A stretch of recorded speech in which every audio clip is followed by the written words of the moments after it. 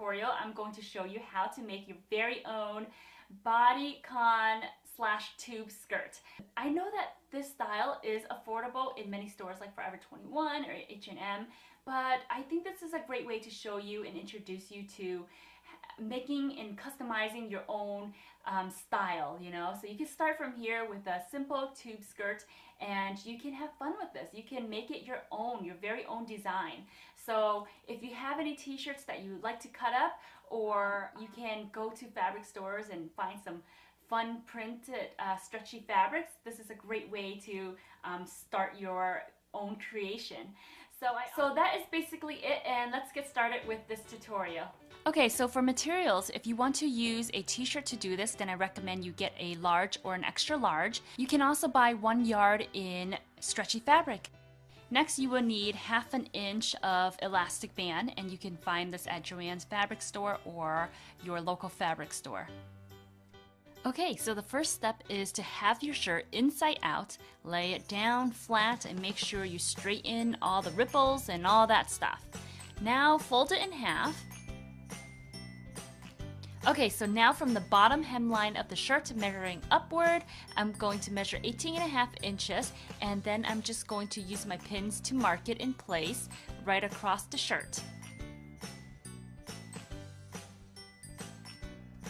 Now it's time for me to measure the width of the skirt, and I am going to go for a size small, so it's going to be 7.5 inches wide. And if you're a different size, then make sure to read the notes in the bubble, and I will list different type of measurements for different sizes. Okay, so measuring the width for the bottom part, where your thighs and your hips will be, that will be 8 inches wide. Continue making your markings halfway up. And don't forget to read the bubble if you are a different size than what I'm using. Okay, so here I'm using a curved ruler to match the lines together to connect them, but you can kind of just draw the curve yourself and do the best you can. Okay, so this next step is to add a 1/2 inch seam allowance to the side of the skirt. And I'm basically using my ruler as my guide to draw out the seam. Now that everything is drawn out, go ahead and cut right on the outer lines. So for these next 2 steps, you can either sew or bond the seams together. If you're sewing, go ahead and sew a 1/2 inch seam allowance along the sides of the skirt. Make sure right sides together and you're sewing on the wrong sides. For my gluing friends, you can go ahead and take the strip of iron-on adhesive and cut that out. Place it on the inside right side of your skirt and then press that down with a hot iron. Then repeat it onto the other side. Make sure you let this glue set for about ½ an hour before you move on to the next step. Okay, so now it's time to work on the waistband, and what I'm going to do now is fold in 1/2 inch of the raw edge. Then go ahead and press that down with a hot iron. The next step is to fold another 1 inch for the waistband. Make sure it's 1 inch all around and then press it down again. Our next step is to sew around the waistband and make sure to leave a 2 inch opening. So what I'm going to do here is take a pin to mark the 2 inch opening. That way I can remember not to sew over this area. So here I'm just sewing along, and remember to not sew where the pins are. If you're not sewing and you're using the adhesive, then go ahead and fold this down 1 inch just like we did earlier and press that. So for this next step, I'm taking the adhesive tape and I'm cutting it so that way the strips can be thinner.